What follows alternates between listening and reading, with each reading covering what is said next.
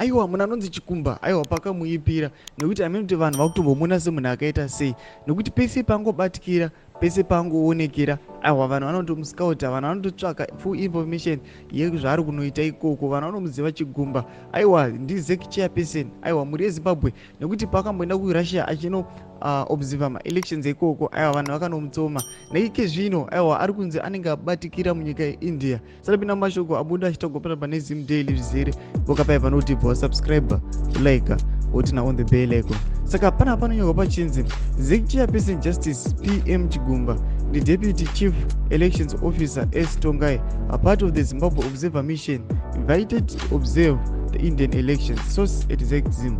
Sando mashuka vari kutaura vanobva vaposta ava picture ava vachiti aiwa vaviri ava vari kunoobserva ma-elections aiwa munyika aiwa yeIndia. Saka muri Zimbabwe chimbotudzai aiwa munoti kudii pamusoro aiwa peinvolvement yavo yekunoobserva ma-elections. Zvine need here izvi yekuti vanoobserva, maybe vanokwanisa kuchinzi vari kuenda kunodzidziswa kuti anoraniwa sei kana kuti anokondaktiwa sei ma-elections awa. Asi mimi chimbotudzai mafungiro enyu, munovaziva vanhu ava vakashanda navo kubva kare. Pinai comment section meni mutudze mafungiro enyu, musaka no subscribe, kulike, notina on the bell icon.